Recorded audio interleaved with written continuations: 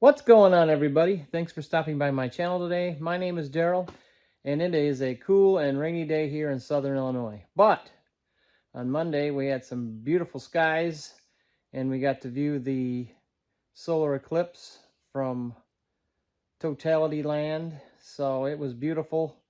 It was a lot of fun. We had people over, and we all had a great time. So the party's over, and now it's time for me to get back in the shop and start back working on this built-in cabinet again. So you can see I've been working on the stiles and rails for the doors. The cabinet doors or drawer fronts are already in. So I need to get some hardware ordered for that. As you know from the last video, I ordered some and was a little bit disappointed in what I got. So that was my own doings. So I will continue looking for something that I would like to have on that cabinet. So when I find them, I'll let you know what it is. So we're going to move forward and we're going to make some doors for the upper part of the cabinet. And we're going to get these stiles and rails cut to the proper lengths, and then we're going to join them together roughly. And then we got to build a center panel to go in there. So that means I got to order some more veneer, get it in, and then do the veneering, and then put it all together and stain and finish it just like the other. So thank you for being here, and let's get to work.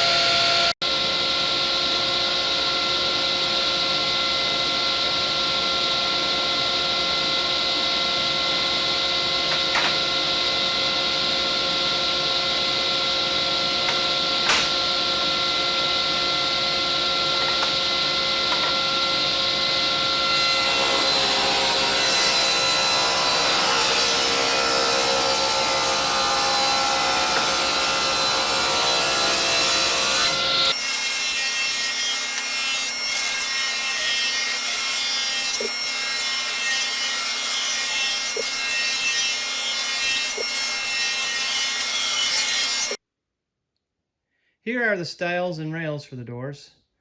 And when they started out, they were 2 3/4 inches wide. And then I kind of looked down the grain to see, how I wanted the grain to flow in these doors. So that makes a big difference on how I trim them down to the final width, which was 2 1/4 inches wide. So what I did was I kind of just looked and decided the reason why I cut them down is because, well, that's the size I wanted them, but I also wanted to have a nice, true style of rail. I wanted to have a nice edge on it and everything. So what I do is I oversize them widthwise and lengthwise, and then I cut them back to what I want. So I looked at I lifted them up like I am now and looked at the grain and decided which side and how much I wanted to trim off first. So the first time I trimmed it, I just trimmed a little bit off. And then when I flipped it over to do the other side, I trimmed everything I needed to get it down to 2 3/4. That way I try to get the most straight grain that I can in each one of them.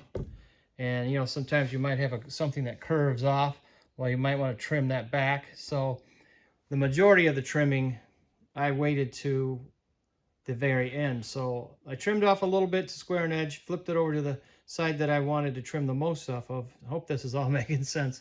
And then cut that off down to 2 1/4 inches. So we are already widthwise. Now we need to figure out what we need to do lengthwise. So what I usually do is I go over and get my little square here, my little, I don't know, it's a square, it's just a little angle finder. And I put it in the opening and just make sure the opening is 90 degrees at each corner. And if it's not, then I head back over to the table saw and I go over to my Incra 5000 and I dial it into whatever angle I need to make everything look nice and square in there. So I have real good reveals that get my gap is good. So I think I might go about a 1/16 of an inch gap. So that would be, if I go down to this cabinet here, it's about what I have on this cabinet here is a 1/16 gap. And that's pretty good. You got to remember that when you pull a drawer out, if you have any weight on it, sometimes these drawer slides, they might give a little. Your drawer might sag just a little. So when you go to push the drawer back in, you don't want this drawer front coming in contact with this one. So you want to make sure you leave enough gap. These drawer slides are fairly decent when I don't get a whole lot of that. But, you know, you want to make sure you take that into account when you make your gap. So I think a 1/16 of an inch. I think, let me see if I can find my little squares. Remember I had the squares in the other one. So I can slide, if it's right, I can slide it in. So that's what we're going to do. So I need to go in the house and get these measured out, and then we'll come back and make the cuts. Here I have my stiles laid out on the bench here, and I got my 16-inch gap here with the cards. So you can kind of see what that's going to look like. And what I'm doing right now is I'm just laying these out to where I think I like the way the grain is on the stiles, and which direction I want them to be oriented. And I like that look. So you got to remember to do that, or you might have something that comes together that you don't like. So, but it's always a crapshoot, because once you put the stain on it and the finish, you will, you know, get a really good idea what it's going to really look like. But I try to match it up as best I can before I do all that. So I think I like the way it looks here. So what I'll do is I'll label them so I can keep them in the right order, and then we will start the trimming down process. Okay, we have our pieces labeled, and this is how I do it. It's door number 1, left stile, and the orientation is up in that direction. Then I have door 1, right stile, and the orientation for up, and then so on. Number 2, left orientation for up, and number 2, right orientation for up. So that keeps me in line here, and I don't make any mistakes when I'm cutting these. And I've got to make sure that I take whatever I take off this one, I take it off on this one on the bottom. So if I take it off on the bottom here, I want to take it off on the bottom here, because I like the way my grain pattern is lining up, and I want to keep it that way. So I want to make sure that that's the way I do it. So let's move on, and we'll start making these cuts and get this thing fitted.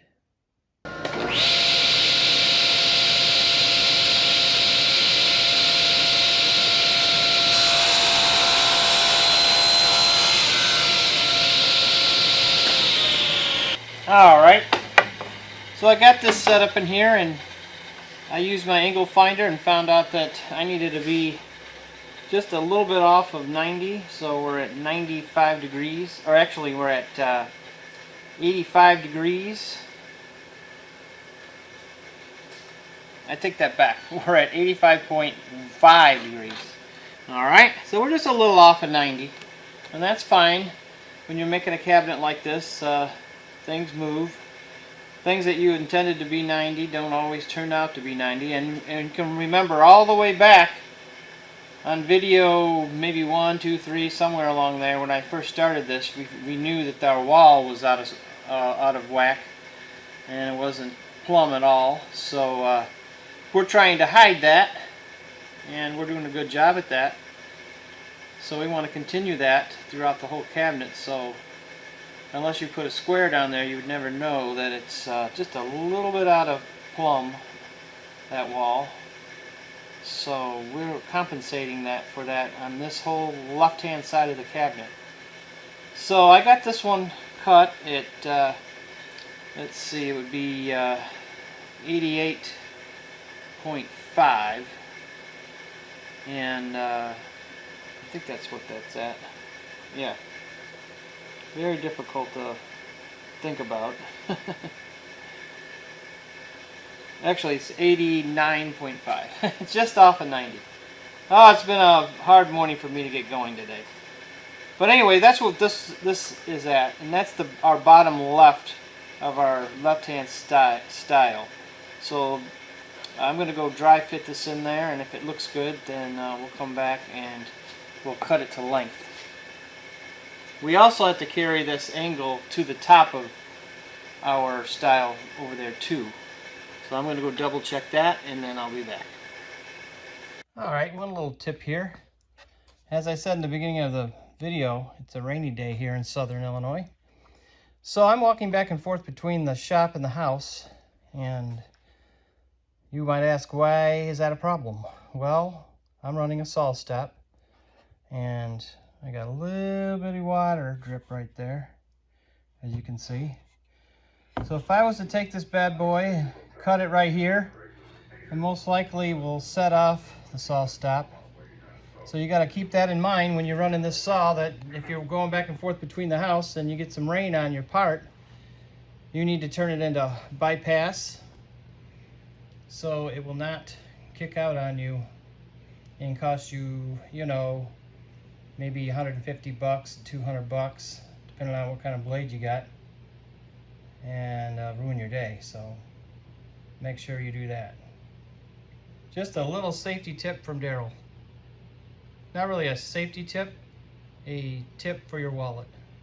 We are inside, and I have kind of set these styles in here just to kind of get a look at my gaps and how I want my gap. Now there's no gap at the top, there's no gap at the bottom down here yet. But the reason why I did it like this is because I want to find out what distance it is from this to here, so I know what my rail side, how long my rail should be. So now I can get the gap all lined up and get my rail lengths and get those cut. And then once I have those dried in, then I'll come back and take an 1/8 inch off of each one of these styles so I can cut them to the right length. So right now they're fitting in there. We want to have a 1/16 at the top, 1/16 at the bottom, so we'll make sure we cut those off and get that gap, and then these things are ready to go together for a dry fit. And then we will have to make a groove inside here for the panel, but we don't know what that panel thickness is going to be yet, so we cannot make that groove yet. Sorry about the scanner going on in the background. I always have one on. So anyway, this is where we're at right now.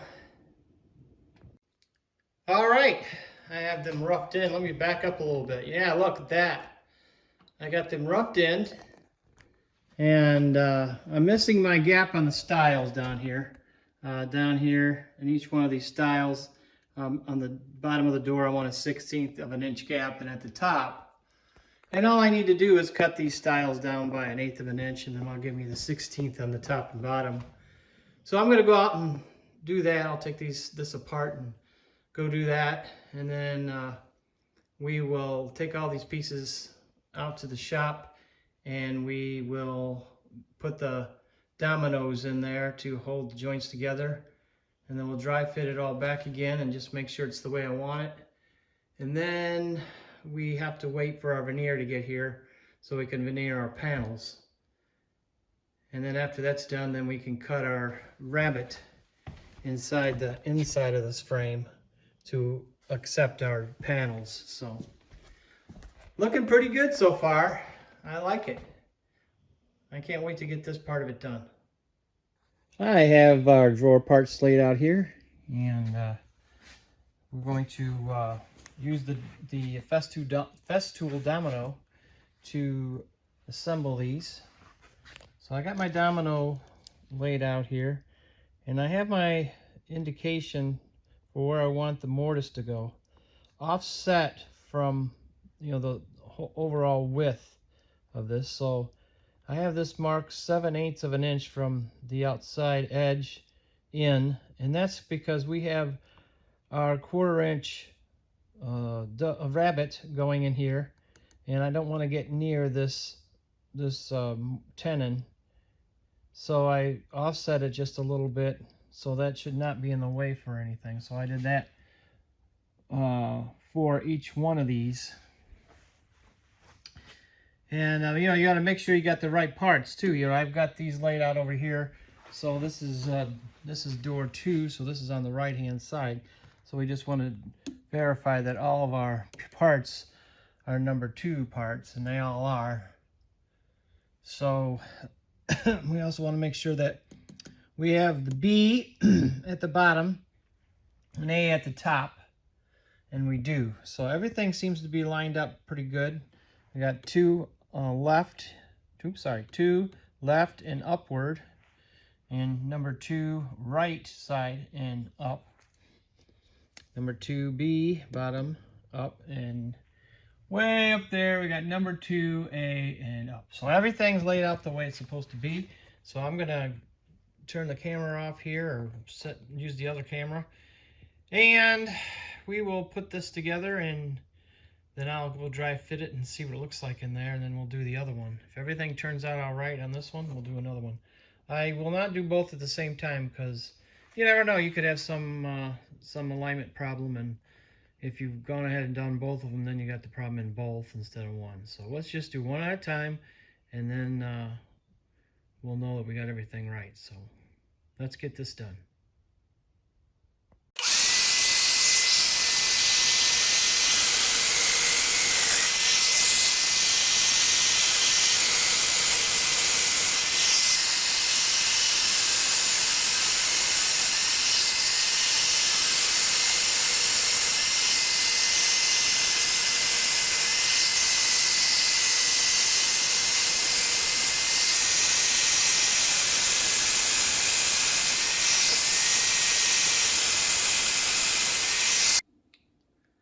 Well, would you look at that? I love it. The gaps look good. Everything looks good. The cabinet's starting to come together. So those are all done. Let me talk about what's up next. So the next thing, of course, is I got to order some veneer and get it in here for the center panels of these 2 doors. And I'm still trying to look for something kind of cool. And if I do find it, I'll definitely save it for doing these drawer fronts. Maybe take that veneer off and put something better on there. But in the future, I can always go back to that. But I love it so far. Yep, I get these doors done and then work on this transom and the light. I'm considering making the light and the transom all one piece. So when you turn the light on, the light will shine through the stained glass and then also light your jackets up inside. So we'll see what happens there. I don't need a whole lot of light in the closet, but it would be nice to have something in there, just kind of shining down on the jackets in there. So if you have people coming over, it makes it a little easier for them to find their jacket. But that's where we are now, so I'm gonna really search for some decent veneer and see what I come up with. But regardless, I will get something to go in there. Well, we are moving right along with this project. I am really excited about that. I can't wait to get this done and move on to other things. I got so many other things that I've been working on and I put by the wayside for this, so I need to get this done. Anyway, yeah, I'm pretty excited about it. Thanks for being here today, and thank you for subscribing to my channel. I really do appreciate it a lot. I like the comments when I get them. Leave me a comment and I'll try to answer it for you. And let me know what you like seeing. You kind of see what I do on my channel, but if there's anything you want to see more of, let me know. And I'll definitely try to do that for sure. But anyway, until next time, thank you for stopping by.